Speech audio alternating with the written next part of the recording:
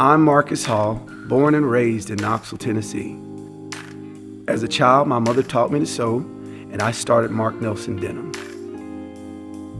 It seems like everywhere we turn, we're faced with division, politics, race, social economics, and the list goes on and on. The one thing we have in common is we all need to eat. So I've been inviting people to cook their favorite meals and have real discussions about what's going on in the world and how we can come together. This is The Common Apron. Thank you for joining us. I have my favorite politician joining us, Mayor Jacobs. Welcome, Mayor Jacobs. Thank you very much. I appreciate that. Right on. So tell us about what we're cooking today. So this is chicken cacciatore, and it's delicious, and that's the most important thing, right? Right on. The food tastes good. It's somewhat healthy. We've got a little wine. It's somewhat healthy. Somewhat healthy. I mean, it's got a tomato and some vegetables in it, so it's really healthy. There you go. Yeah. Okay, right on then. So you will be able to get this recipe, Mayor Jacobs Chicken Cacciatore, online. So if you missed something today, don't worry about it. Also, we want you to know that we want to help fight hunger in East Tennessee, and the Common Apron does that by giving a portion of every apron sold to the Second Harvest Food Bank, and $1 provides 3 meals. And so that was an important point today, but we're also going to talk about some things that are going on in the world today, and that's why I have Mayor Jacobs on the show today. So let's get started, brother. Sounds good. All right. So first we're going to start with our chicken here, right? I'm going to get this in the skillet, skin side down.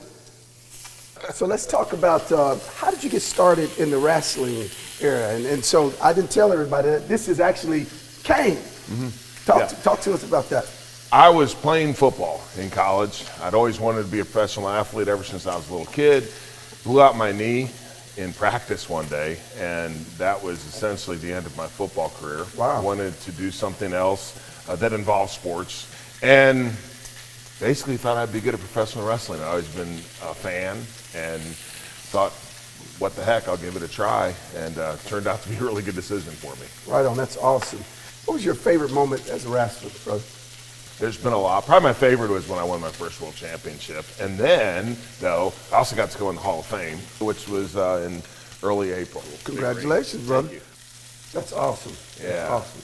Yeah. So one of the other reasons I have Mayor Jacobs on the show, guys, is from a politician, keeps it real,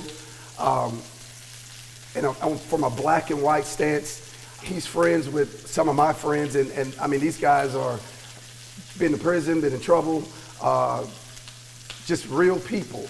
And so we're going to talk about what's going on in the world right now. And one of the recent issues over at Austin East and in East Knoxville. And so give me your perspective on that, my friend. It's been hard for everybody, especially, of course, the folks that live there, the families of the young people. I think the most important thing that we need to do and we can do is to instill a sense of hope in our young people. Right on. You know, what keeps people going? And it's the idea that tomorrow can be better than today. You know, if I'm a young person, I don't have to join a gang to survive and eventually, you know, to have a good life. You know, of all the failures, and we can talk about a lot of failures in society, I think that's the worst one.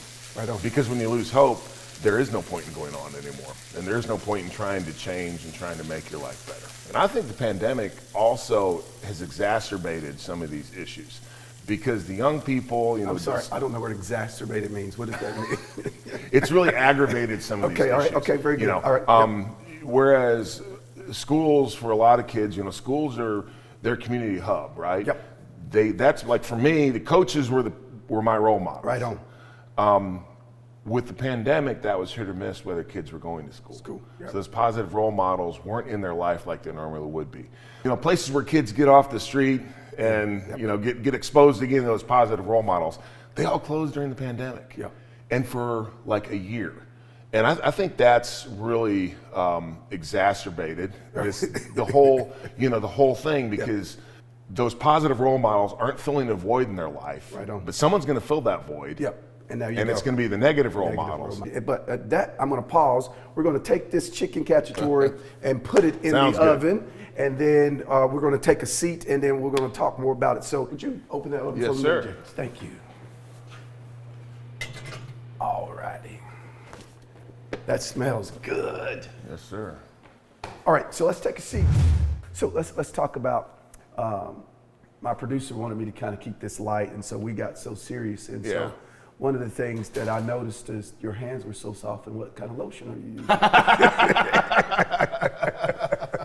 We were talking about COVID and how it affected businesses, and what do you think about that? Your views on that? It affected different businesses differently, different sectors of the economy differently.